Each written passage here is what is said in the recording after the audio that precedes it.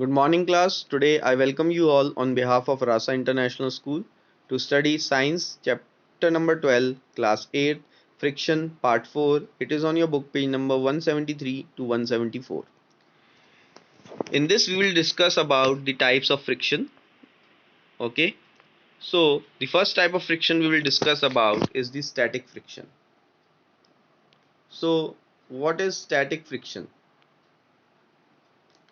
The friction acting between the two surfaces which are in contact. Frictional force is basically the force which is a contact force and act between the two surfaces which are in contact with each other and placed at rest. So the force which is the frictional force acting between the two surfaces which are in contact and placed at rest.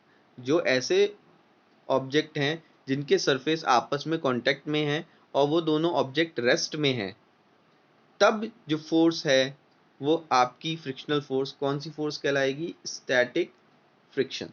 It tends to keep the object at rest. ये frictional force चाहती है कि वो object rest में ही बना रहे, वो अपना स्टेट चेंज नहीं करे. स्टेट कौन सी? एक होती है आपकी स्टेट रेस्ट स्टेट, ठीक है, रेस्ट और स्टेशनरी.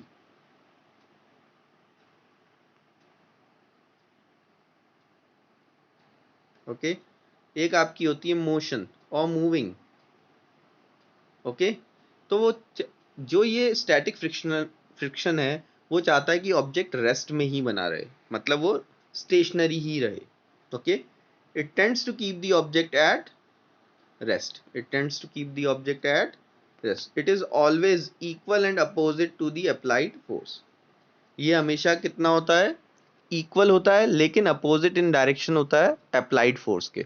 सो सपोज आपने कोई ऑब्जेक्ट है जो इस सरफेस के साथ कांटेक्ट में है, इस पे आपने 5 न्यूटन फोर्स लगाई और ये ऑब्जेक्ट रेस्ट में ही बना रहा, तो इस पे जो फ्रिक्शनल फोर्स लगेगी उसका डायरेक्शन मैं आपको रेड कलर से दिखा रहा हूँ. उसका डायरेक्शन इस इधर होगा अपोजिट टू द फोर्स, और ये भी इसकी वैल्यू भी कितनी होगी? 5 न्यूटन ही होगी. Is it okay? It is always equal and opposite to the applied force. When the force applied on a stationary object is similar, sorry, when the force applied on a stationary object is smaller than the static friction. जब आप force लगा रहे हैं, ये जो आप force लगा रहे हैं उसकी वैल्यू स्टैटिक फ्रिक्शन से कम होगी, the object does not move and remain stationary. वो ऑब्जेक्ट मूव नहीं करेगा, वो हम स्टेशनरी ही बना रहेगा. क्या बना रहेगा? स्टेशनरी ही बना रहेगा, रुका रहेगा. To move the object along the surface, हमें अगर उस ऑब्जेक्ट को सरफेस के अलॉन्ग मूव कराना है, so we have to apply the force which is been more than that of the static friction. तो अगर हमें किसी ऑब्जेक्ट को मूव कराना है जो रेस्ट में है और उसके ऊपर स्टैटिक फ्रिक्शन लग रहा है और हमें उसे मूव कराना है, तो हमें उतना फोर्स लगाना पड़ेगा. कितना? जो उस स्टैटिक फ्रिक्शन से ज्यादा हो, तभी वो ऑब्जेक्ट मूव करना चालू करेगा. That object start moving, otherwise that object will remain in rest until and unless you will apply a force less than or equal to the static friction. The object will remain in rest. Is it okay? When the force applied on the stationary object is gradually increased, a stage come when the object just start moving. जैसे जैसे आप वो force बढ़ाते रहेंगे, applied force, तो एक समय आएगा, एक ऐसा पॉइंट आएगा जब वो ऑब्जेक्ट बस चलना चालू करेगा, मीन्स वो रेस्ट से मोशन में आ जाएगा. The maximum force required to make the object move on the surface of the object, okay, the maximum force required to move the object, okay, on the surface of other object is known as or is called as limiting friction. इसको हम limiting friction कहते हैं. Is it okay? Sliding friction. Static we have studied. Now sliding friction. The friction that exists between two surfaces when they are in contact in one of them, in which one of them slides on the surface of the another. Sliding friction तब होता है जब दो object के surface जब contact में है और उसमें से एक ऑब्जेक्ट, ओके, स्लाइड कर रहा है दूसरे ऑब्जेक्ट के ऊपर, दूसरे ऑब्जेक्ट के सरफेस के ऊपर. So the friction that exist between the two surfaces when they are in contact. So सबसे पहले तो ये कॉन्टेक्ट फोर्स है, तो कॉन्टेक्ट फोर्स है तो ऑब्जेक्ट का जो सरफेस है वो कॉन्टेक्ट में होने चाहिए। In which one of them is sliding on the surface of another, जिसमें से एक दूसरे के सरफेस के ऊपर स्लाइड करेगा, is known as sliding friction. When an object has started moving, the irregularities does not get enough time to interlock. जब एक ऑब्जेक्ट मूव करता है किसी और ऑब्जेक्ट के सरफेस के ऊपर, तो इंटरलॉकिंग होने के लिए इतना समय नहीं मिलता।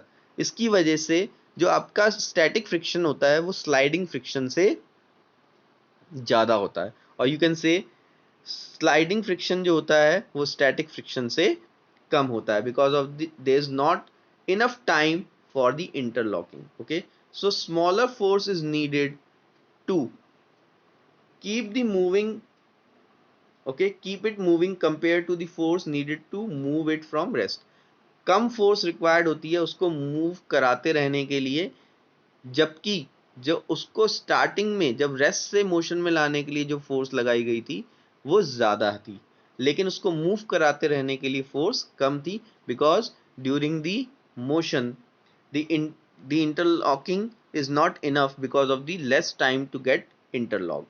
Okay, thus the sliding friction is always smaller than that of the static friction. Now the third one is rolling friction. A square box slides over the flat surface, but a cylindrical object rolls over it.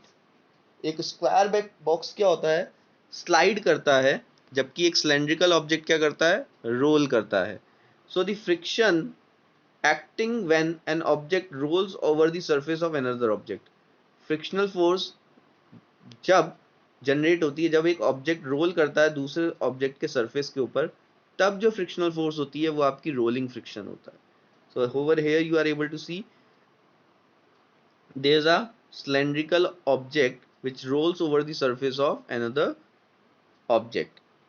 It is easier to roll a larger log of wood than to drag it. किसी को object को slide कराना difficult है, but उसको role, अगर circular है उसका role कराना इजी है। Okay, so does that means that the rolling friction is smaller than the sliding friction? Yes, the rolling friction is smaller than that of the sliding friction. So let us perform an activity to understand the effect of rolling and sliding friction of an body. Okay, so that we will do in our next video. Okay, thank you.